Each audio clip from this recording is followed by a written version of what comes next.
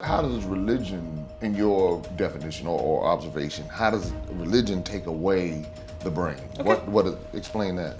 We have security issues that needs you as human beings to sit down and look at the foundational causes and proper solution to these causes. They are offering us 3 days fasting. I don't understand. So in other words, something practical. Yes. And then it's to go fast for 3 days. What are you fasting for? There's a governor in my region who was sick, went to the US for treatment. Okay. So he was sick and he went to the US for treatment. He went to the US for the treatment. But when he came back, he contributed immensely to the construction of a massive church in the community where I did my university. Now you know they do this stuff in America too. They do that. Oh yeah. Okay. He came, had a very big celebration to open a church. That community I did that didn't have a hospital that could treat him. And I asked a question: when he was sick, why didn't he go to that community hospital that he has there? But he went to a system that he feels works. He didn't go to church to pray. He went to America. He went to America to treat himself. He went to the hospital. Jay, I don't understand these people. And you know the funny thing? But they say the church is a hospital for sin-sick souls. Oh no, he didn't go. Have they started questioning this white Jesus I see everywhere? This fake white Jesus, I see it a lot all over West Africa. Do they question that yet? Some people, like myself, I have said this. Hey, you question a whole lot. You're different. I have said this severally that no, Jay, come on. I don't get it. People have a British actor as their Jesus and a defender. Jay, you don't understand? They put it on their car. He's defender of, he protects them from accident.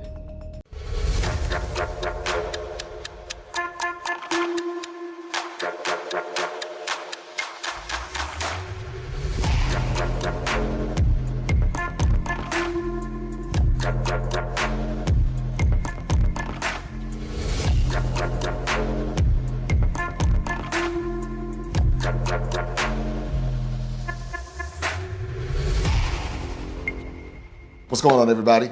Here in Accra, Ghana with my man Kingsley. He is from Nigeria and he has been a part of the experience that I've had here, the Gateway experience in Ghana. And let's do a quick rewind and see how Kingsley ended up in Ghana. Kingsley, he is one of our editors here you're here in Nigeria. Not from Lagos, but you're from a different area, and you actually came to meet me. This is the first time we've actually met. Yeah. And would you like to visit other countries at some point? Yeah, definitely. Okay. I would like that.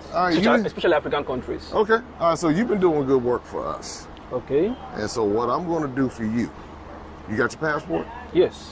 All right, so what I'm going to do for you, and this is what I'm doing for all of my folks in Africa. Wow. I'm going to invite you, now because you're here in Nigeria, okay, I'm going to invite you over to Ghana. Oh, beautiful. And then what I'm going to do with my folks in Ghana, I'm going to invite them over to Nigeria. Wow. And so this is how we bridge the gap, my folks in South Africa. So as promised, Kingsley has been invited or was invited to Ghana. He's here. He's gone through the Gateway experience.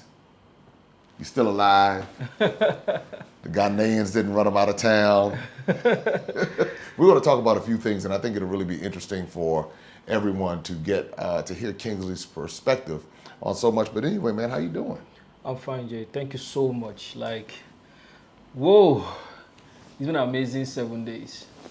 Okay. Yeah, 7 days. It's been an amazing 7 days. So Jay gave me an offer, and I'm here. And the past 7 days have been superb. So thank you. Okay. You're welcome. So let's just have a real conversation. Okay. And just talk about your experience and what has stood out to you about this trip to Ghana. Yeah. Now, before I came to Ghana, let's not forget, it's actually my first international trip. I've never been on a flight before. This is my first time of actually traveling. And I was actually scared. But it worked out fine. And I remember when you gave me that offer, somebody said on the comment that You've not had an international experience and you have a passport. Yeah, my passport was for verification. My international passport was verification because I work remotely. So companies in these countries needed very valuable way to verify your details. Oh, I see. So it wasn't for traveling. So Jay happened to be the first person to offer me such an experience, and I'm very grateful. So my experience so far has been good because before I came to Ghana, I've always heard that Ghanaians don't like Nigerians. Like Ghanaians are brutal, they are harsh to Nigerians. I was actually worried a bit, like I was careful about because most of our forum, we have a very popular forum in Nigeria, like Nairaland. When you go there, you always hear people say Ghanaians don't like Nigerians. Don't go to Ghana. They don't like Nigerians. They are and all that.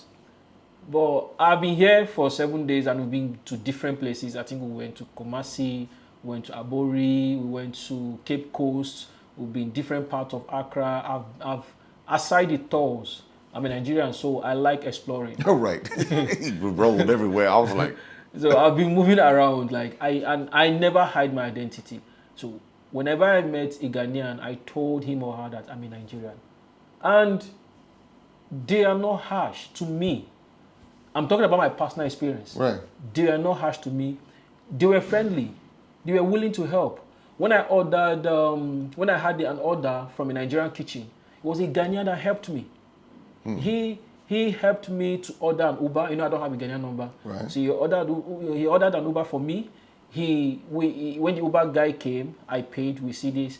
And when I had to pay for the food, I had to pay after seeing the food. So he paid with his own mobile money. So I had to give him CDs. So he is a Ghanaian. He helped me. And a few days later, he chatted me up on WhatsApp and said, "What's up? Have you left Ghana?" I said, "No, I'm still around." I was like, "Hope there's no problem." He said, "No, I'm just checking on you." Friendly. And this is your experience? Yeah, this is my experience. And he wasn't the only one. I've made some friends here in Ghana just within a few days. And they were not, even the taxi driver that carried me yesterday, he's a Ghanaian, and he was friendly. So I really don't know where the harsh was coming from. Ghanaians welcomed me. I met a lot of them at restaurants. I met a lot of them on the street. And some of them will say I'm a Ghanaian. I say, "No, I'm a Nigerian and I'm Igbo." So, okay, Igbo, yeah, there are a lot of Igbos here. So my experience has been good with Ghanaians. I never had any negative experience with Ghanaians at all. And I met a lot of them. Interesting, because the narrative is really strong. Yes. As far as, I mean, I've heard it go both ways. Nigerians don't like Ghanaians. Ghanaians don't like Nigerians. Africans don't like African Americans. And it really makes me wonder where this comes from. Now, maybe it's a few people's experience or a lot of people's experience. Maybe they've had negative experiences. You know, obviously you're dealing with hundreds of millions of people on both sides of this. You got 30 some odd million here in Ghana, over 200 million in Nigeria, and you take all of that. I'm sure there's going to be some sort of problems along the way. But from the cultural perspective, I think that's what I wanted for you to experience, because until then, all you had heard was the negativity. Is that right? Yeah. Just as I said, I've always heard that Ghanaians are not welcoming and not accommodating. I think about 2 days ago, I was on Ireland and I was asking for African country I could migrate to, live and do my job remotely. And I heard a lot of them saying, "Don't go to Ghana." That was what they told me. But most of them didn't know I was actually in Ghana. I see that. Now you can see you slipped a Mickey on everybody. Sincerely, I don't see much difference in terms of behavior from us and them. We share a lot of similarities. Like, having been to both, yes. I'm like, I don't know why anybody's fighting. I mean, because I've been in both environments, Yes. and I know. And again, I'm not naive to think that there are not going to be ethnic conflicts. You have families that have conflicts, and people don't speak to each other, and it's, you know. So I know, even on that level, but I think it's about individual differences, Yeah. individual experiences, as you said. Yeah. But I think it would be wrong for anyone to generalize issues. Yeah, I've had negative experience with my own country people, like Nigerians. So it's normal with human beings. There are always going to be conflict, as you said. There's always going to be misunderstanding based on personal experiences, based on maybe you betray someone's trust and all that. So, but it won't be fair if you hear me. It won't be fair for you to now use that to conclude a general perception about set of people. So you say your experience. You say your experience. Don't say Ghanaians or Nigerians are this or that. You say your experience. The other way some people are saying South Africans don't like Nigerians and all that. There are so many South Africans in Nigeria. There are many Nigerians in South Africa that are not willing to leave South Africa. They have good experiences. So I think I don't know how to generalize, and I think that's one thing we should learn from this. We shouldn't generalize. Shouldn't have this stereotype about people generally. No, it's not. I think it's a level of maturity that you're demonstrating, that you're expressing, because, again, in order to come to that conclusion of saying, all right, let me not generalize. Let me take each. That takes a level of maturity. Versus, I mean, because I'll tell you that when I first came to Ghana, I was like, hey, I'm thinking about going to Nigeria. And there were a lot of people who said, no, don't go to Nigeria. And I won't go to Nigeria. I won't touch Nigeria. And I'm like, what's up with Nigeria that's so bad? Now, I've had my perception coming from America, but that's what is up with Nigeria? And until I came, I'm not naive. Again, I got street sense. You know, I grew up in the 80s in D.C. and understood that you're going to have, like in D.C., it was during the crack epidemic. It was during the crime, murder capital of the world. That's what it was called. All of those things were happening. But somehow we still love D.C. Somehow we still Chocolate City. Somehow we still loved our go-go music, our culture, our vibe. We might have moved to Atlanta for a little while, but then we came back, or some people stay, you know, but you always found your way coming back to D.C. And so it's this thing, murder capital of the world. But then there were things about D.C. that everybody loved and the people in D.C. So knowing that, it's like coming, now when I hear it, it's like, wait a minute, it can't be all bad. Can't be all bad. Nigeria can't be all bad. Now, I'm sure you have, I'm positive you have areas where you don't want to go, but it's the same thing anywhere. And so I'm glad that you had this experience. Now let's talk about some we've had a lot of conversations. Yes. We've talked about a lot. We've talked about everything from politics to religion to opportunities to colonization. I mean, we spent hours talking about this. We will not belabor the point today and give you hours of our conversation. But something that stuck out to me when you were talking, there were several things that stuck out to me.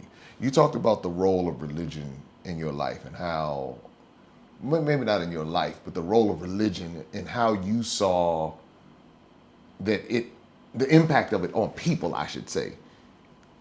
Break that down for us, you know, because you talked about how you would see it basically slowed people down from your observation.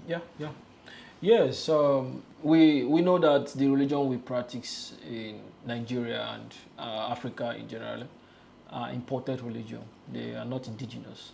Okay, so the Christianity and Islam. So I'm a Christian, and one thing about this religion of a thing is it takes away your brain. It takes away your brain, your ability to, because when God created us, He already gave us brain. So by the time I came out of religious brainwashing life, by the time I came out of that life, I realized that I wasted my years. Again, religion makes you not to use your brain. If God didn't want us to use our brain, and this thing is very, very vital, it's very, very important. If God didn't want us to use our brain, He wouldn't have given us brain. He could have made us a robot. So how does religion, in your definition or observation, how does religion take away the brain? Okay. Explain that. Now, for instance, we use our political class, for instance. We have security issues that needs you as human beings to sit down and look at the foundational causes and proper solution to these causes. They are offering us 3 days fasting. I don't understand. So in other words, something practical. Yes. And then it's to go fast for 3 days. What are you fasting for? What are you fasting for? You go to churches. When I was in university, that was when I started asking questions. I go to university. We lived in the West, but I schooled in the East, University of Nigeria and Soka. So each time I returned, I had families praying the same prayer point. Year in, year out, they are praying the same prayer point every day. God give me this, God give me that, God give me this.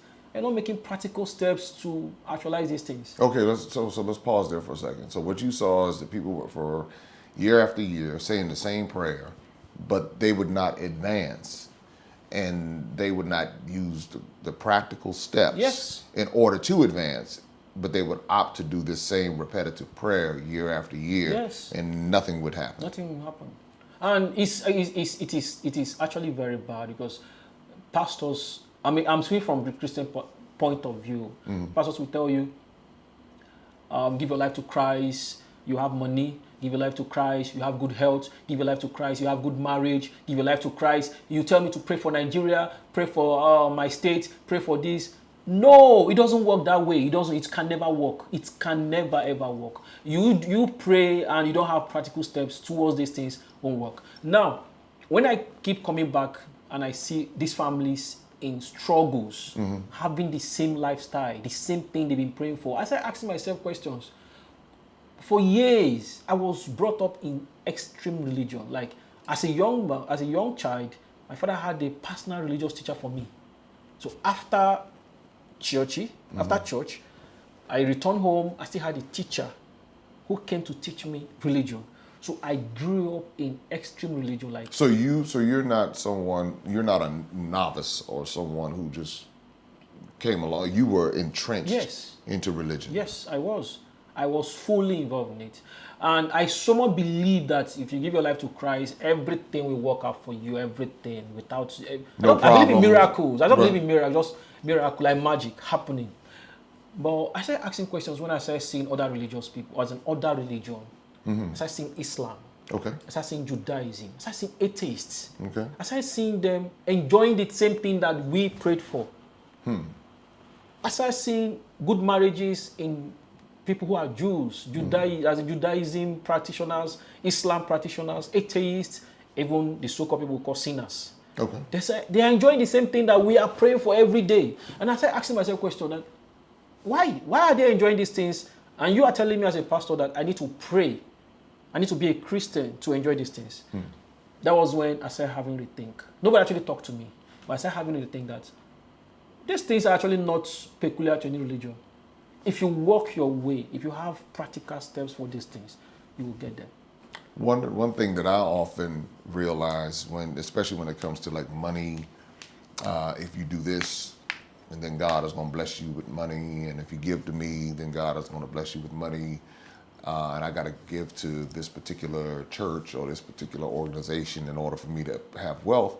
I often thought to myself, I said, well, what about the people who have more money, who don't even subscribe to any of it at all? I mean, it's like they don't believe in the... And they have more money. They have more money. So 20, 30, 40, 50 times. Have good health. Yes. Have, that is it. It's available to everyone. It makes you stop and think, but then sometimes people say, well, it's not about the money. But the reality is, at the end of the day, it comes back to the money. It's not all about, as I said, money is very important. But we're not just talking about money here. We're talking about marriage. Yeah. They also enjoy good marriage. Yeah. They enjoy good health. Children, yeah. They have children. Yeah. So you are telling me that I have to be a Christian first before I can get all these things. Why there are people who are not Christian who are enjoying these things? The same thing goes to the politics. Religion has actually taken away our brain, because you go to churches, they will tell you, pray for Nigerian leaders. Okay. Now, because of this... And they say that in America too. Pray for our leaders. Because of this preaching, the people have failed to hold their leaders accountable. Uh-oh. People are now holding God accountable. Why are you holding God accountable when you have elected leaders to who are accountable?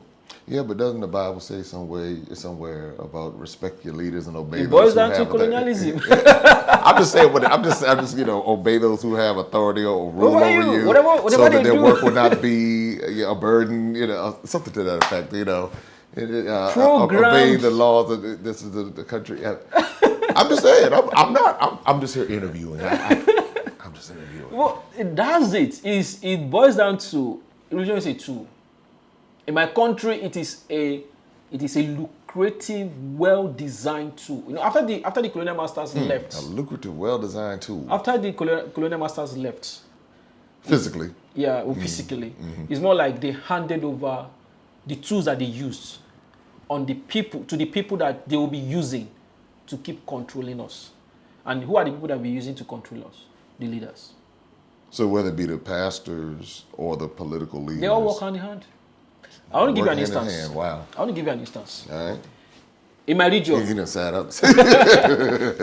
in my region, I'm from the southeast. In my region, there is a governor. I won't mention it. There's a governor in my region who was sick, went to the US for treatment. Okay. So he was sick and he went to the U.S. for treatment. He went to US for the treatment. But when he came back, he contributed immensely to the construction of a massive church in the community where I did my university. Now, you know they do this stuff in America, too. They do that. Oh, yeah. Okay. He came, had a very big celebration to open a church. That community that he did that didn't have a hospital that could treat him. And I asked a question. When he was sick, why didn't he go to that community hospital that he has there? But he went to a system that he feels works. He didn't go to church to pray. He went to America. He went to America to treat himself. He went to the hospital. Jay, I don't understand these people. And you know the funny thing? But they say the church is a hospital for sin-sick souls. Oh no, he didn't go. He went to US to treat himself in a good hospital, made money. Right, and got well. He got well. He came back. It probably had a whole lot of unbelievers treating him and stuff. Probably had all atheists and Muslims. They attended to him. And it boils, you see what we just said? It boils down to not about your religion. It's not about what is working. But a lot of people watching right now don't agree with that. They're going to say that their religion, whatever it might be, saved their life. And their religion and them giving their money to these pastors and them spinning around and throwing the money down and doing all of that is the reason why. It has nothing to do with your religion. Absolutely nothing. Because there are atheists who are also enjoying the same thing that you're enjoying in your own religion. There are other people from other religions who are enjoying what you're enjoying. So it has nothing to do with your religion. Okay, let's say this. All right, let me play religious advocate. Could it possibly be, each person choosing what they want to do and then that working for them? You understand what I'm saying? It's like somebody chooses Islam, somebody chooses traditional religion. Then it means that it is not what they are choosing that is working for them. It is what the nature has laid down for you. If you don't eat good food, if you like pray and fast from now till tomorrow, if you're eating food that will block your veins, that will block your bloodstream, you are likely going to have heart issue. So no matter how much you pray and fast, no matter how much no matter the religion you are, all of that, whatever you do, you're still gonna get sick if you do so bringing it back around, then what you're saying is life application, practical steps. That is what makes the difference, and that's what you're seeing in particular Nigeria. But the same thing happens in America. Just so you understand, this is a global system. And let's talk about and we tie this into the religion. I still wanted to make reference to the governor that's... Sure, go ahead. Now, when he came, after building the church, massive church, people came from that community. Now, that's why I'm telling you that they have removed our brain. People came from that community to celebrate the launch of that church. And they were there, they were happy, they were celebrating the governor, they were happy. Now, these people didn't ask questions. Sir, when you were sick, you didn't come to church. You went to US. Now, how many of us in this community can afford to take ourselves to US to treat ourselves? If we get sick. If we get sick. Instead of building a competent healthcare system in that community, instead of that church to be a church, let it be a hospital, the same standard that you met in US. Build it there. But funny enough, he built it. Thousands of people, crowd came, praised him. There were newspaper publications for it. And they were there. Now, when they fall sick, they don't have hospital to treat themselves, proper hospital to treat themselves. They go to church, they pray, they die. They hold God accountable, not the leader. So they'll be angry with God. They'll be angry with God, not with the leader. That is how the leaders pull themselves out of accountability. Till day is happening. You go to roads, terrible roads that cause accidents. People die, they blame God. Accidents that 90% of them are caused by human errors, factors. Do we have agencies negligence? We have agencies abuse. That check road drivers, but they don't check these things. A driver could be running at a higher speed than more than he's supposed to run. He's meant to be checked, but nobody's checking him. Then you have an accident, you go and be blaming God. That is what religion has made us to be. Religion has taken away the accountability from leaders. Okay, but I'm asking you this. So you say you're a Christian. Yes. How do you reconcile being a Christian with what you just said? Yeah, I'm a Christian, definitely, because, as I said, it's an imported religion. Just the way you found yourself as an African American in America. So there are some things that you can't really do something about. But it turns down to how you are able to manage it. Okay. So I'm a Christian. I used to be into the religious Christianity. Okay, so there's a difference between being a Christian and being in religious. A practical Christian. Okay, a practical Christian is different from the religious Christianity that we have. What we have is religion that do this, don't do this, follow it like this, don't follow it like this. If you're a governor, I have a landlord. If you don't do where I have paid my rent to you, I'm not going to ask God any question. I will confront you. I'm being practical about it. So you're being so you have not removed the faith. No, I believe in God. You've removed the religious practice. Yes. Understood. Okay, because I know that's a question that might come up because you said it at the onset of our discussion. I'm a Christian, and then just how you have described what you've seen in the church. It didn't take away my brain. Got it. So like you can still apply. Yes, you can still practice. Because if God wanted me to be a robot, He wouldn't have given me brain. Got it. So I have Christians who want to go to exam. They won't read, and they're praying. You will fail. I don't want to. You will fail, like big time. So see, some of this stuff is just hard to believe, but then again, it's not. So you're saying that there'll be people that you know who practice the Christian religion, and they'll go take an exam. They won't study. God help me take this exam. They'll go fail because they did not practically apply the wisdom and the knowledge to go. My pastor warned them in my church. Yeah. So he did. So that pastor was good to tell them. My pastor is practical. Okay. My pastor. So this is not all the pastors. No. Okay. There are some people who are very practical. Okay. Yeah, and it's actually a growing movement now. Okay. Now a lot of young people are beginning to question. We're beginning to question many questions in religion. Have they started questioning this white Jesus I see everywhere? This fake white Jesus, I see it a lot all over West Africa. Do they question that yet? Some people, like myself, I have said this. Hey, you question a whole lot. You're different. I have said this severally that no, Jay, come on. I don't get it. People have a British actor as their Jesus and a defender. Jay, you don't understand? They put it on their car. He's defender of he protected from accidents. Oh my God! But you know, Florida Evans. See, he don't know this, y'all. I'm about to go. Florida Evans on Good Times. There's a show in America back in the 1970s, 80s called Good Times. Can you imagine? And she was adamant about the white Jesus being in her house. And she had an episode where her son Michael had to say, "Mama, can we put white black Jesus up there?" Not that black Jesus is any better, but just saying that he was like, "Yo, something is not right about this." But I see. To your point about the religion, I often wondered, like, do people ask this question about all these brown people, and then you have this white savior? But you said people were putting it on the cars. But you said people also now starting to wake up and ask questions. Yeah. At least the group of people I have on my social media, right. Yes, a lot of them are beginning to ask critical questions like, they're getting angry. Why? Like if you come to my house, you can't see any white Jesus there. You can't see that actor. That guy is an actor. An actor, and they put that. He's a presenter. So basically, it's an idol. Yes. It's an idol. It's a false representation. The Bible talks about these false idols. Yes, it talks about it. But a lot of it. people who are following Christianity are following the false idol of this false image of Jesus, and that they're saying it according to what I'm hearing you say, what I've seen myself. They put it on their cars. Yes. They put it in their homes. They Homes have and statues on the side of the road. Yes. It's in their churches. So now my question is, if this false image is in these churches, are these people really following Jesus? I doubt. What they are following is actually white race.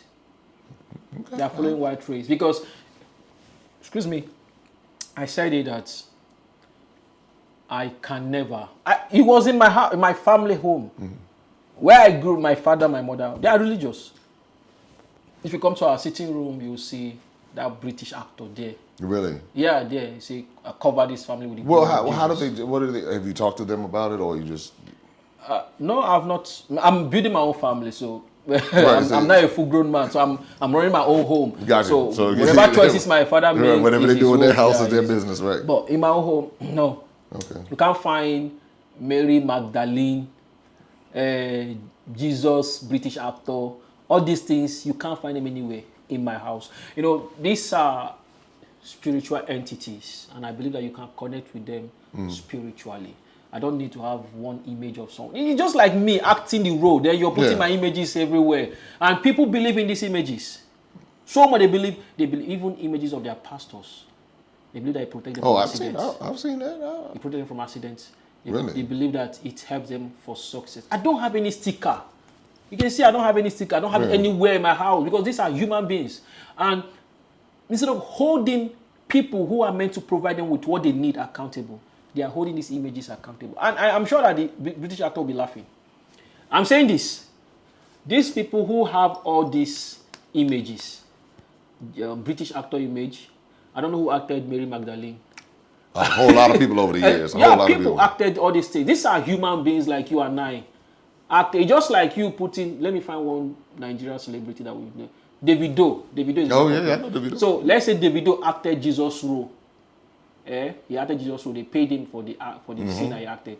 Then you now carry Davido's picture as the defender, and you are honoring Davido and put his picture somewhere. And when you want to pray to God, you look at Davido to pray to God. No, you are doing it wrongly. That's not how you should do it. And you say, money follow you. That's Davido's track. Davido follow you.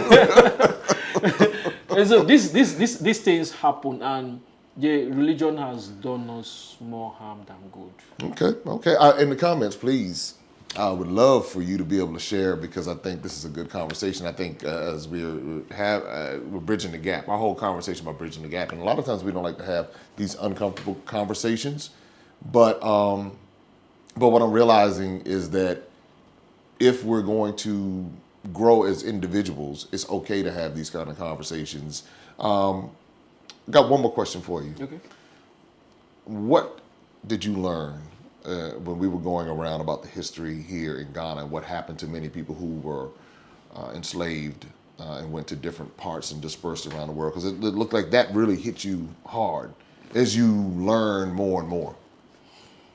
Whoa, the history behind the slave trade was traumatizing, very emotional. Did you know anything about it in Nigeria?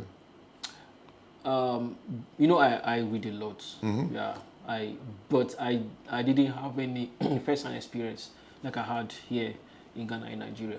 I've read about slavery and all that. I edit your videos. I've also edited videos. Right, yeah, right. I guess but there was this, as in, there is a difference. Yeah. When you are there, when you are the scene where it happened, compared to when you read or watch the video, I've never felt the anger like I felt the day I went to the slave dungeon. I was angry. You could see that I was angry that very day. I was just angry, and I was saying so many things that I saw. I was just saying so many things. I saw and I heard. No, the first-hand experience is completely different. And I'm saying this, if you're a lover of history, and I think everybody should love history. They should. People say it's in the past. No. If you don't understand the past, you can't fix the future. You can't fix the present, and you can't actually control the future. And it's really not as much in the past as what people think. It's still here. It's still Everything, the entire problem of my race, the black race, the entire problem we are facing today, boils down to colonialism, slavery, this history that we are running away from. It boils down. And why do you say we're running away from it? I don't know why people are running away from it. I'm not running away. I'm interested in knowing how. In fact, I'm more interested in knowing why they were able to do some of the things that they did to us. Why were they able to successfully do these things? Because when you begin to, I believe in one thing, identify your weakness.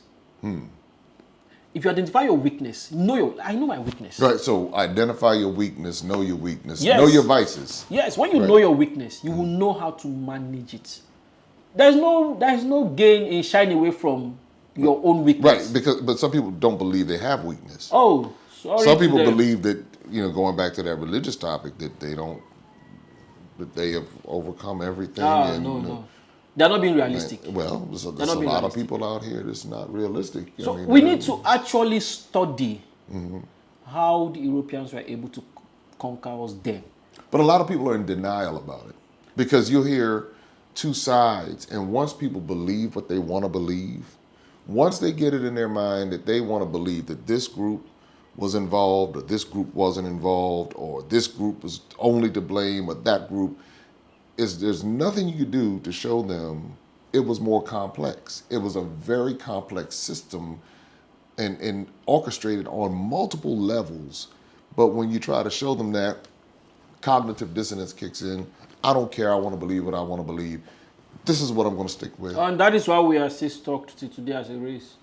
That's why we are still stuck. Because if you look at the blacks' problem, it's peculiar everywhere. Whether in the United States, whether it's in Haiti, whether it's in Africa, it's peculiar. I think the only people that are a bit higher currently in terms of, I'm talking about economic opportunities, are currently African Americans. Yes. They are the only ones. Aside the African Americans, the other set of blacks in any part of the world, whether Mexico, Brazil, anywhere you find black, Argentina, they are still facing the same problems that we are facing today. Even the Americans, even the African Americans, they still have battles that they are battling till date. But you said that we have the economic advances, but if you talk to many of us, we will say we don't. I've been in conversations with people who will argue me down and tell me that we don't have privileges, we don't have opportunities, we're all broke, we're disadvantaged, and I'm saying broke as a people is not $1.3 to $1.5 trillion worth of economic power.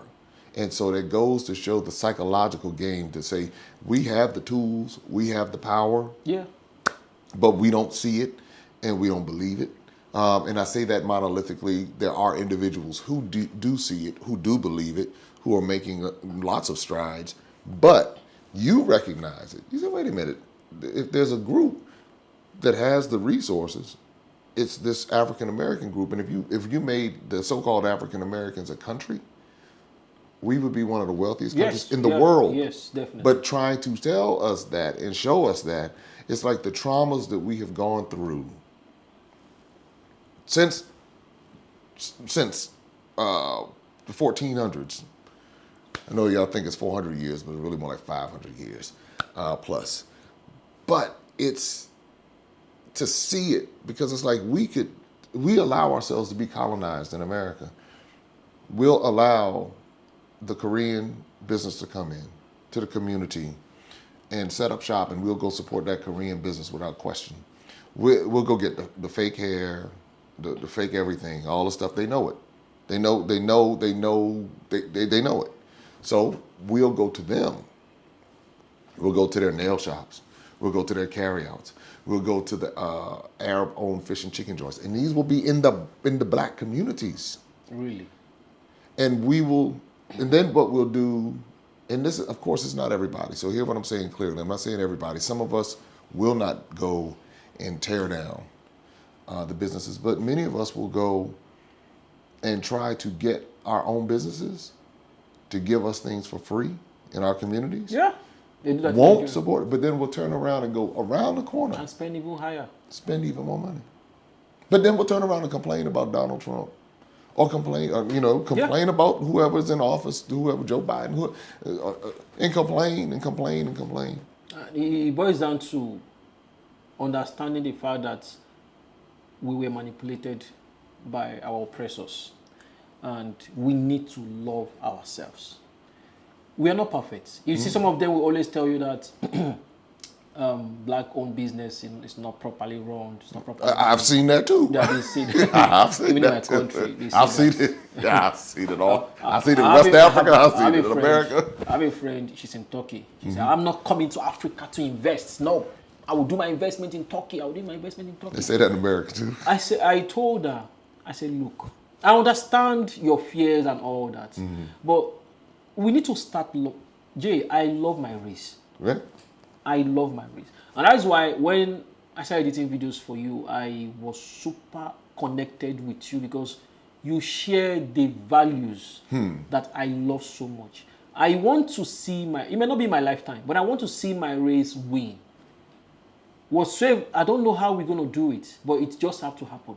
I was telling my friend that when you go to the Western world to learn their education, their science, their technology, and everything, try and come back home. It may not even be your country. Right. It can be any African country. Come there and establish what you have learned. The Asians do that a lot. Yeah. And I told you yesterday that they come here in group, they see opportunity, they establish there, they send the money to their country. It's not here. They don't spend it in these countries. They send it straight. They only have the ones they literally to spend. And they don't spend the money in the black communities in America. And they don't care. They'll get the money. You see, they work as a team. They believe in their race. They believe in the.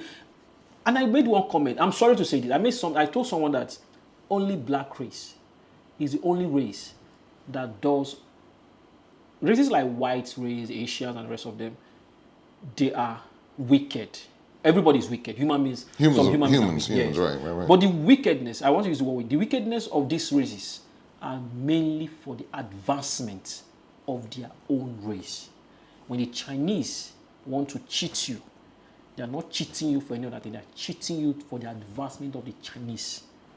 When the British want to cheat your country, they are cheating your country for the advancement of the British, of the white race. And if you check what they are doing in South Africa, the whites there are principles, economic principles coming from Western world that are solely benefiting South Africa because they have white residents there. So, but I got to ask you a question though. But then when the British cheat the French and the French cheat the British, because they fight each other. They fought before, but at the point, they are aligned.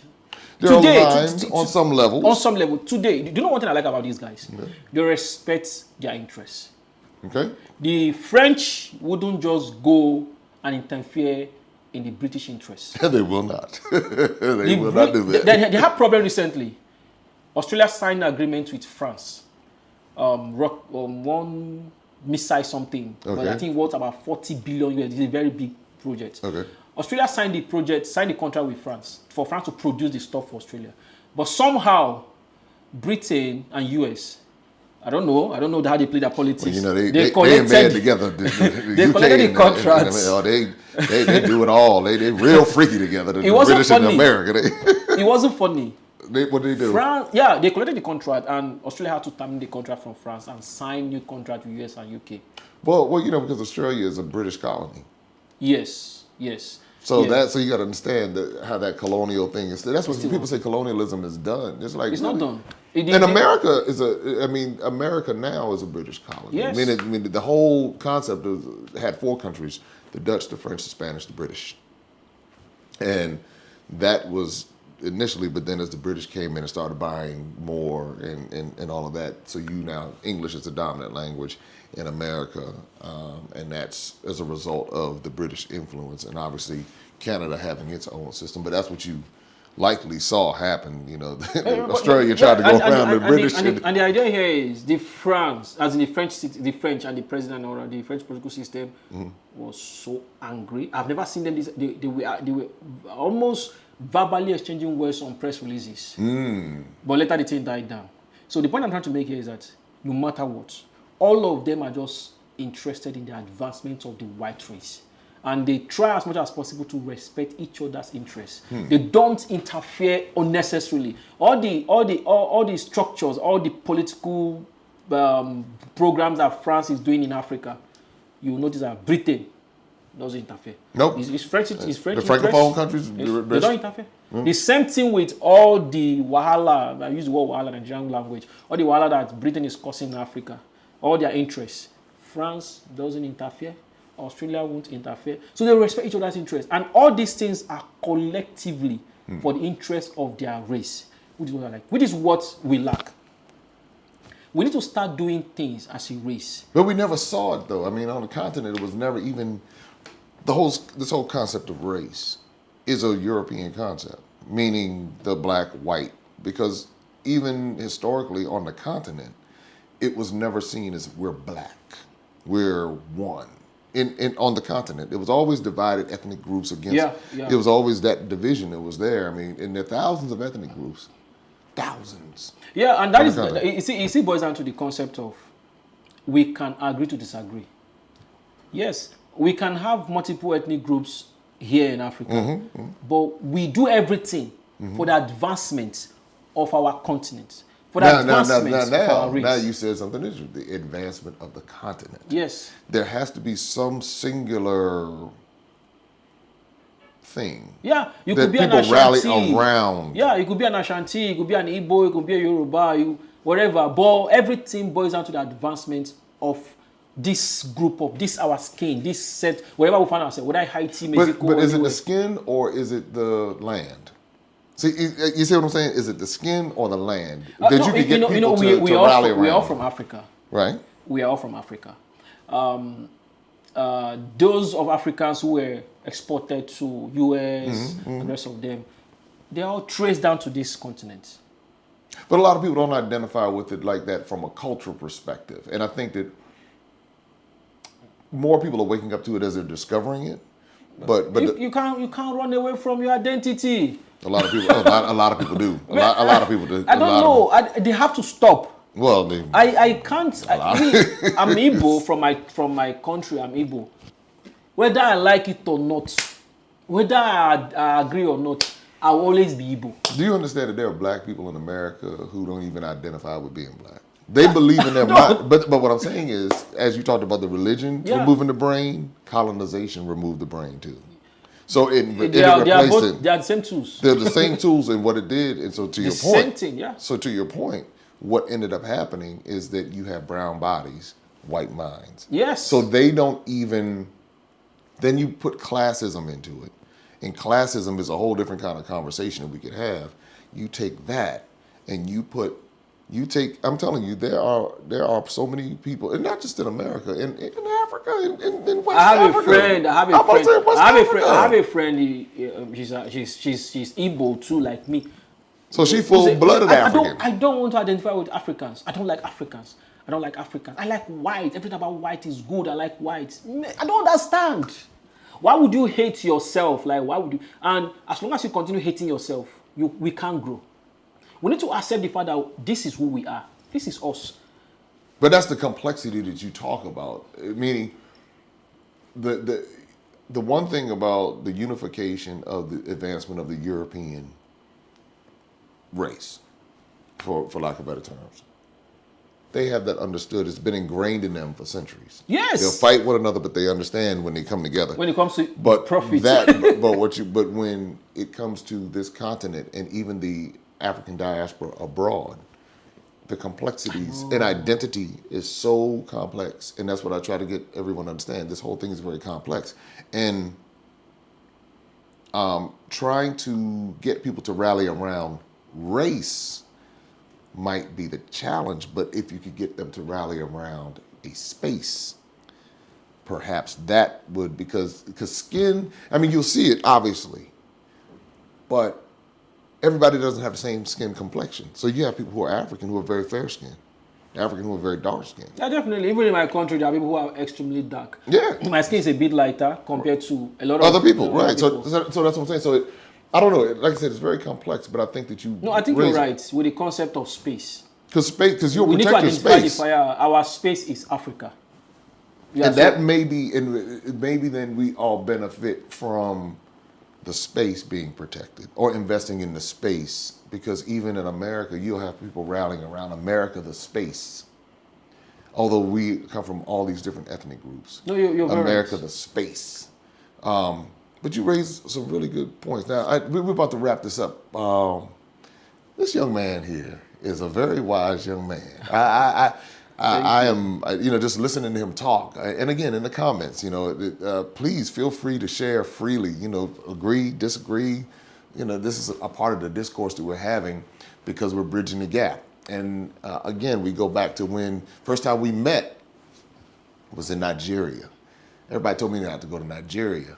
I went to Nigeria, had the time of my life. He's come to Ghana. Now we've had a chance to spend a lot of time together listening, so now this gap is being bridged even more. And he started out editing videos for me, but now there'll be more conversations when I go back to Nigeria. We're gonna take Morris to Nigeria and have Morris have the Nigerian experience. But listen, man, we gotta run. But I wanna thank you for sharing. Anything else you wanna share before we wrap up? Yes, this is very important for Nigerians. The Ghana jollof rice. Look, I came here, I tested the Ghana jollof rice. I'm a Nigerian, and I can tell you this: the Ghana jollof rice is better. Oh, I am not pulling your legs. I'm not pulling your legs. The Ghana jollof rice is one thing I will miss so much. In fact, Jay, I'll come back to this. This man was craving. This man was craving the Ghana jollof rice. Yesterday night, you need to see how I was moving all over the place because I wanted to get CDs to buy jollof rice. I was calling. I needed it. I think I've eaten like 4 plates or so since I came here. It is extremely superb. Ghana has won in this one. So Maurice, you're right. Maurice told me, he's a Kingsley, test our jollof rice. It's better than Nigerian jollof rice. So you got this time. I'm going to take Morris to Nigeria and see what Morris has to say. Let's come and test our jollof rice. Hey, all my Nigerian folks, listen, I didn't do this. I'm trying to see, but here's the cool part about it. The one thing that brings everybody together is the jollof rice. That's one thing you'll find all throughout West Africa. Yeah. From Senegal. Yeah. And the Wolof people all the way down through Gabon, and not sure if they have it in Angola, but I know they have it in Cameroon, and you'll find different versions in Liberia and Sierra Leone, and even Ivory Coast has their, Cote d'Ivoire has their version of it. It brings us together. And then when you go over to the States and you get that red rice and you get that jambalaya, and then you go to Jamaica and you find a version of it there, of their own version of rice. And I mean, I'm sure you go down to other parts of Brazil and other parts of the down in South America. But anyway, everybody, you heard it from Kingsley. He says Ghana got this one, but we're gonna bring Morris and see how it works out. Listen, thank you for tuning in. Be sure, what you got? Please, I'm so sorry. No. Please, I'm ending this with this. Please, if you're an African, anywhere you find yourself, or America, Miss God, anywhere, please remember this continent. We all need you people. Look at what Jay is doing. Jay believes so much on our race. He believes so much on this continent. Jay has a property. He took us there. We saw it live. It's an investment that he's doing. And he's bringing African Americans to come and also invest. When you come here with your hospitals, it mustn't be in your country. It can be anywhere. It can be in Ghana, South Africa, any Sierra Leone, anywhere you find your space. Mm-hmm. We are Africans. Go there and invest. If you've gone to Turkey, Britain, you've learned a lot, you make money, come here and establish a company, a factory, an institution, open a training center. One of the things I would like to do is have a training center where I teach people programming, video editing, illustrations, motion graphics. We have massive markets. Mm-hmm. For instance, we don't have much of animated stories, telling African stories. Yeah, we have folk tales here that could sell very well. Telling African stories. When you go to the same way the Europeans and everybody tell their stories. Yeah, they tell their stories. And with animation. So the technology is there. So why don't we take these things? We don't have much of African themed games, mobile games. The gaming industry is a very lucrative industry. So why don't you come and invest? There are people who have these skills. They just need the money. So if you have the money, why not come and liaise with these people? Build games that are African themes, African themed games. Build content that help African child to understand the African history, the African story.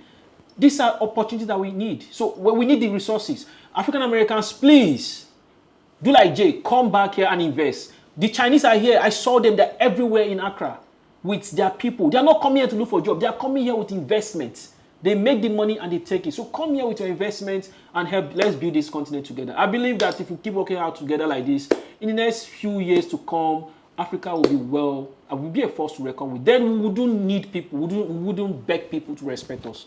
Respect is earned. When you do the right thing, people will respect you. Thank you so much. Well, thank you so much. And you know what? To add to that, if we have other people on the continent from other African countries to come visit and to be intercontinental like what you did, now we begin to learn more and more about one another. And that is another part of it, because we got a lot of wealthy folks here on the continent too. Yes, a lot. You got a whole lot of wealthy Africans who have money who could invest in Africa and not run off to the Western world. To invest. Right. A lot of them go to Europe to invest. But you know, here's the other thing, because like I have investments in America, but what I do is I take my American investments and I invest in Africa. And then it's all working. So it's both. It's working hand in hand. So those who understand investing, you can see where you can make investments across the board, and I think that can work. So anyway, that's the deal. Kingsley here from Nigeria. There's more on the way. Be sure to subscribe, like, and share. Maximum Impact with Jay Cameron, as we're bridging the gap. We're telling our stories through our eyes. And again, thank you for tuning in. Take care. And be safe. Open up your eyes and see all the fun and mystery. Take an African adventure with Darren and Destiny. From the mountains to the shore, so many things to explore. Take an African adventure with Darren and Destiny. The Adventures of Darren and Destiny. And Darren and Destiny are twin brother and sister, and you go on their adventures throughout the African diaspora, meaning so African diaspora destinations, primarily focused in Africa, but we go to South America, we're going to go to the Caribbean. Their first book is going to take you to Ghana, and then we're going to go on a safari, and from there we're going to go to Ethiopia, and then we go to Salvador, Brazil. And what the goal is to be able to inspire curiosity in the continent of Africa, in our children from a very young age, and to really tell a more accurate story. Most of our children are exposed to negative images, late night infomercials about how bad things are, everybody's sick, everybody's poor, everyone's uneducated, but that's simply not true. So what Darren and Destiny and their family do is they go to different African destinations. They are learning about these different places. You're beginning to see positive images, but still telling the truth. I mean, that's the important thing, to tell the truth about some of the things that have occurred. But it's all done on our children's level so they begin to understand it. And it begins to pique their curiosity. They begin to learn more. And hopefully one day they will want to explore and visit the continent of Africa and its many countries. There's just so much that Darren and Destiny are able to do, and as they're doing it, it's like they begin to open the minds of a new generation, and they don't get bombarded and indoctrinated with negativity. They're actually able to see positivity and inspiring images and messages about the African diaspora, as well as those who are still indigenous to the continent of Africa, and they begin to learn more and just see things differently. So I'm excited about introducing the Adventures of Darren and Destiny.